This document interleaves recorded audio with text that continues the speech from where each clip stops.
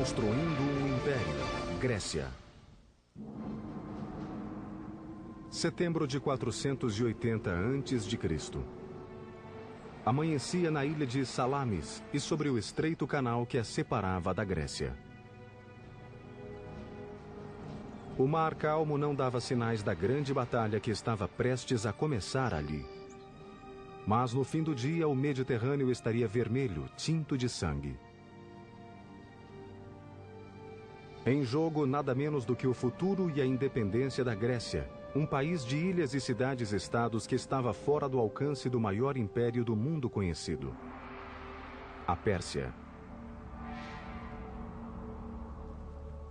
Persia was the world superpower of its day, enormously wealthy, enormously self-confident, the greatest multi-ethnic, multicultural empire the world had seen.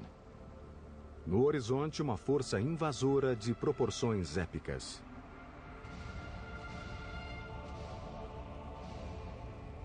...700 navios com 150 mil guerreiros determinados a anexar a Grécia ao seu império. Mas um grego estava alerta e pronto para a batalha. Seu nome, Temístocles, um almirante e político ateniense que há anos se preparava para esse momento. But going up against Persia, the world's greatest superpower of the time, would be no day at the beach for Themistocles. Hello, I'm Peter Weller. First of all, the Greek naval fleet was outnumbered 2-1. Second of all, Themistocles faced the almost insurmountable problem of trying to unite a completely disparate and contentious group of warriors into one command. You see, the good news about the civic development of ancient Greece was the city-state. Each of these city-states was sort of a self-contained, self-reliant mini-country within Greece. But the bad news about the civic development of ancient Greece was the city-state. Because inasmuch as each of these city-states sort of spoke the same lingo, worshipped the same gods, there was really no sense of a national unity, and their only priority was their own particular regional and cultural agenda. At best, they didn't get along. At worst, they were violently at each other's throats. Se existia alguém que podia unir os atenienses, esse alguém era Temístocles. Um homem que não vinha da aristocracia e não se envergonhava que seus conterrâneos soubessem disso. He was always an outsider, and he saw himself as an outsider, and he prided himself on his lack of polish. He said that he might not know how to tune a lyre or to sing well, but he knew all you needed to know to make a city great and free. Não era a primeira vez que Temístocles enfrentava os persas. 10 anos antes, uma força persa menor invadira a Grécia pela primeira vez e lutara contra os atenienses e seus aliados na cidade de Maratona. Agora Temístocles levaria aquela experiência para Salamis e concentraria sua estratégia em uma falha que ele detectara na máquina de guerra persa: a marinha. He understood that the water was not the Persians' natural element. Persia was a land power. In fact, Persian religion considered salt water to be demonic. Temístocles queria que os gregos construíssem uma marinha diferente de tudo o que o mundo já vira.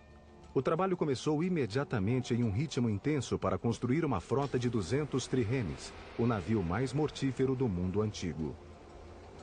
Trireme's about 130 feet long. It's light and sleek, and it's tipped with a wooden ram covered in bronze at the water level, and that is the offensive weapon of the trireme. Might think of the trireme actually as a guided missile. A frota de triremes de Temístocles ficou pronta em poucos anos e no tempo exato. Na primavera de 480 a.C., a Pérsia lançou um maciço ataque contra a Grécia. Temístocles sabia que a frota persa era maior que o conjunto da frota grega na proporção de 2-1. Então ele engendrou um plano simples, mas ardiloso para manter os gregos unidos e nivelar as forças. He had to turn a disadvantage into an advantage, the fact that he had fewer ships than the Persians. So he had to lure the Persians, if you like, into such a battleground that they could not advance the whole ranks. So he can actually concentrate their power and strike it. So the best place that he could do that was at the Straits of Salamis. Was a perfect setup of a battle by Themistocles. 200 triremes, movidos por 34 mil remadores gregos, se dispuseram em linha, não cedendo espaço para os persas manobrarem nos estreitos. A armadilha funcionou perfeitamente. Após a formidável vitória em Salamis, Temístocles foi aclamado herói. Mas suas ambições pessoais começaram a fazer crescer o ódio de seus muitos inimigos políticos. Foi só uma questão de tempo até que a cólera da Assembleia transbordasse. Athens at this time had a practice called ostracism, an annual unpopularity contest, in which the people would vote for the politician who they felt was most obrigado a pedir abrigo ao inimigo que tanto se esforçara para derrotar. Ele nunca mais viu Atenas. Amazingly, he was forced to flee to Persia itself, where he found refuge, and he ended his life speaking Persian, working as an administrator for the Persian king, helping the Persians govern Western Asia Minor. Temístocles desempenhara seu papel em uma épica história de poder e de conquistas que se inspirara em um passado glorioso. Os lendários contos sobre deuses e heróis narrados em épicos como a Ilíada e a Odisseia.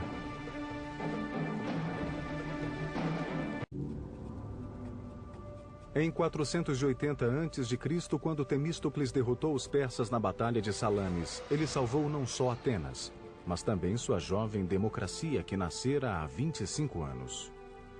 Para Atenas, a época do governante único acabara. Atenas era rica em poder militar, tesouros, tecnologia e ideias. Estava pronta para sua época de ouro e um homem a conduziria até lá.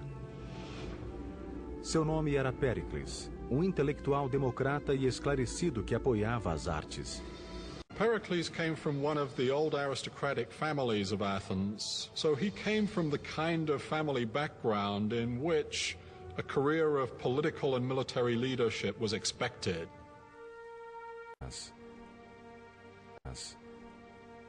Pericles was the typical political animal, if you like. This guy was a politician. He was able to speak and convince. He was completely dedicated to what he did. Péricles tornou-se líder de Atenas em 461 a.C. Graças à frota de triremes que Temístocles construíra, a marinha ateniense manteve-se insuperável no Mediterrâneo Oriental. Mas, apesar da derrota do Império Persa em Salamis, sempre pairava a ameaça de uma outra invasão. Em 478 a.C., Atenas e as cidades-estados do Egeu formaram uma aliança de defesa mútua chamada Liga de Delos, a versão da OTAN do mundo antigo.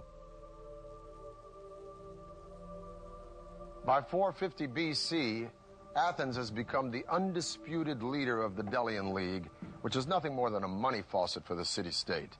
But Pericles, as undisputed leader of Athens, finds ways to put this money to the best possible use by building massive public structures that best reflect the grandeur and magnificence of Athens. Now, legend has it that Poseidon, god of the sea, and Athena, goddess of wisdom, each came to the Acropolis to compete for the patronage of the city, the outcome to be decided by the inhabitants. Poseidon struck the ground with his trident, and up popped a spring. Athena struck the ground with her spear, and up came an olive tree, which not only suggested sustenance for the Greeks, but a possible outlet for a commercial venue. Thus, Athena became the patron goddess of the city. Over the centuries, there were several temples to Athena, most of them destroyed. But we leave it to Pericles to give the world the most remarkable piece of architecture in all of Greek antiquity, the Parthenon. Péricles decidiu reconstruir o Partenon na Acrópole usando as fundações de um antigo templo de Atena. Foram necessários milhares de trabalhadores e hábeis artesãos para criar esse templo magnífico. Custou mais do que qualquer outra edificação projetada pelos gregos, 30 milhões de dracmas, o equivalente a bilhões de dólares. That's an amazing amount, but keep in mind that was a huge state enterprise. A construção do gigantesco projeto começou em 447 a.C. O Partenon deveria ter 2/3 de um campo de futebol. Suas dimensões externas, 70 metros de comprimento por 31 de largura. O primeiro desafio foi retirar o mármore de uma pedreira na montanha a 16 quilômetros. Ao todo, seriam necessárias 30.000 toneladas da delicada pedra branca. Na pedreira, os trabalhadores usavam as fendas naturais para retirar da montanha blocos gigantescos de mármore. The first step is to locate these cracks and calculate if this piece of marble is sufficient for my specific purpose. The second step is to put within these cracks both horizontal cracks and vertical cracks, wedges, iron wedges. Why? Because an enormous energy was given by hammering all these wedges simultaneously, so that the brittleness of the material makes further cracking. Com os blocos gigantes prontos, grupos de homens usavam alavancas, cordas e roldanas para manobrar o mármore e prepará-la para o transporte até a Acrópole. Acidentes eram frequentes. There was an enormous risk that this big block would slide further on, killing people underneath. Cortar e transportar o mármore da montanha foi apenas metade da batalha na construção do Partenon. Os engenheiros agora tinham que responder à questão: como levantar aqueles monstros de mármore de 10 toneladas e erigir o maior templo que o mundo já vira? Julho de 447 a.C. A construção de um magnífico templo começou na Acrópole ateniense. O Partenon era o grande projeto de Péricles, um líder dinâmico e ambicioso que levaria Atenas a uma idade de ouro jamais vista na Grécia Antiga. It was a statement. We are the most powerful city. We are the cauldron of democracy and free thinking. We have the best people, we have the best army, the best navy, we are the leaders. O Partenon diferia da maior parte dos templos da época, que consistia de uma construção hexastilo com pórtico de 6 colunas e 13 colunas laterais. O Partenon seria um octoestilo com 8 colunas por 17. That makes the building very different because they all have basically the same proportions. When you make them larger, you simply scale up everything. To make it wider was to give it an extra dimension. As colunas forneciam o apoio principal para a estrutura. Cada coluna consistia de 11 tambores empilhados uns sobre os outros. Como eram esculpidos, se encaixavam perfeitamente quando colocados em coluna. Para isso, o topo de cada tambor era dividido em 4 círculos concêntricos, com cada anel aplainado ou não, dependendo da intensidade necessária de fixação para se encaixar com o tambor seguinte. No centro de cada tambor, os pedreiros abriram um entalhe retangular de 15 centímetros de área e de 7 a 10 centímetros de profundidade. Depois, os carpinteiros inseriam cavilhas nos entalhes que serviam para alinhar e centralizar com o tambor de cima. O desafio seguinte era levantar os pesadíssimos tambores, sobretudo os das seções mais altas. Uma única coluna do Partenon pesa entre 63 e 119 toneladas. A crane is an extremely simple device. You have just a boom, and then you have a series of pulleys, which, as we know, just give you the possibility of taking up a weight of, say, 10 tons by pulling down only 100 kilos. Os engenheiros prendiam a pedra no guindaste de várias maneiras. O método mais utilizado era amarrar a ponta da corda na parte superior de um gancho de metal em S, firmar as cordas mais curtas na parte inferior do gancho e laçá-las em pequenos botões que eram deixados em bruto no mármore precisamente com esse objetivo. Normalmente eram deixados 4 botões no tambor ou no bloco de pedra, distribuindo uniformemente a força necessária para içar o objeto. As paredes dos espaços interiores deveriam ser colocadas com muita precisão, pois os construtores gregos não usavam argamassa. Para manter unidas as extremidades de cada bloco, os construtores cavavam as laterais com um desenho em T duplo. Depois inseriam bastões de ferro para mantê-los unidos. Com as colunas e os blocos em posição, os botões utilizados para içá-los eram tirados e as marcas aplainadas. There's a saying that there are no straight lines in the Parthenon. Now, what's meant by this is that the architects incorporated a series of sort of optical illusions when they built it. It starts with the stairs, goes up through the columns, all the way up to the top of the building, the pediment, that triangular element at the top. So let's take a look at the stairs. They seem to be straight, but no, closer look, they bow in the center and they go back down at the end. Now this conceit, if you will, continues right up to the columns. This column is of the Doric order. There's no base. It seems to grow right up out of the stone. Each column has 20 flutes, which makes the column sort of undulate as you look around it. And then the column bows out in the center and bows back up at the top. This is a process called entasis. Such long lines, which are more or less at the level of your horizon, tend to curve. So in order to extinguish this effect, they curve them the other way. So the result, again, is more harmonious and you see it as being straight. Because if it was all straight, perfect. A principal função do Partenon era dar abrigo à monumental estátua de Atena. Parthenon was an extremely expensive building. Right angles, then you will see it like that. But the statue inside of it was almost equal in cost to the building itself, if not even more expensive. Athena's statue was about 10, 11 meters high. That means 32, 35 feet or so.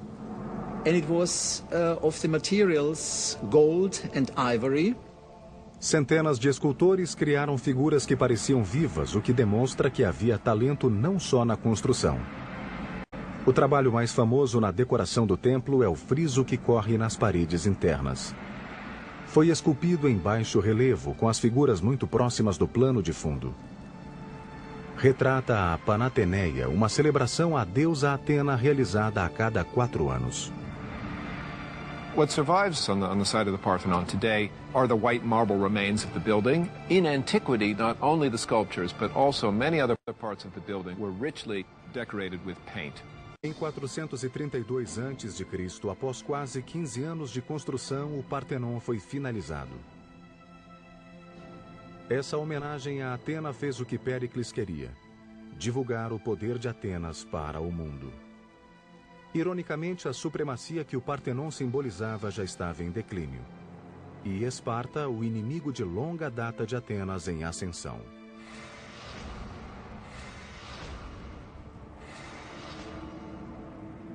Once Athens had established this great alliance system, or as some people put it, this Athenian empire, and arguably that's what it became, the Spartans began more and more to look askance, as it were, at the Athenians, and eventually, by the 430s, to feel threatened by the Athenians. Em 431 a.C., Esparta atacou Atenas. Durante 2 longos anos, Atenas resistiu ao cerco de Esparta, mas a luminosa cidade de Péricles estava prestes a sofrer o ataque de um inimigo invisível. After a couple of years, because of the overcrowding in the city of Athens, disease that seems to have come originally from the Near East attacked the Athenian people. It's known as the Great Athenian Plague.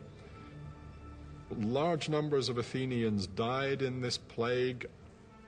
Péricles, então, com mais de 60 anos, sobreviveu à peste, mas estava fisicamente debilitado e sobre ele pesava a culpa pela desgraça da cidade. Em 429, com a peste e a guerra eclipsando sua amada cidade, Péricles morreu.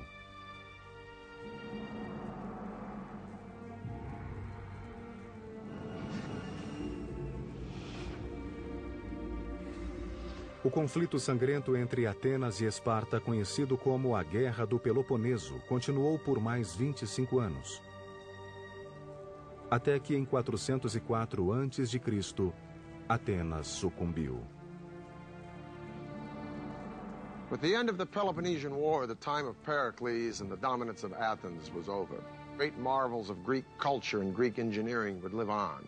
And the irony was that the two men, the two purveyors of the fantastic legacy of classical age of Athens, were not Athenians at all. The names of these two men would be synonymous not only with conquest, but with Hellenism, the spreading of the Greek ideal of culture and value throughout the world, right on up to our own modern day. These two men were Philip II of Macedonia and his son, a man who would be the envy of every single general and emperor from Julius Caesar to Napoleon to George Patton. A man who would traverse most of his known world in his short 33 years, that student of Aristotle and self-proclaimed God, Alexander the Great. I'm Peter Weller for the History Channel.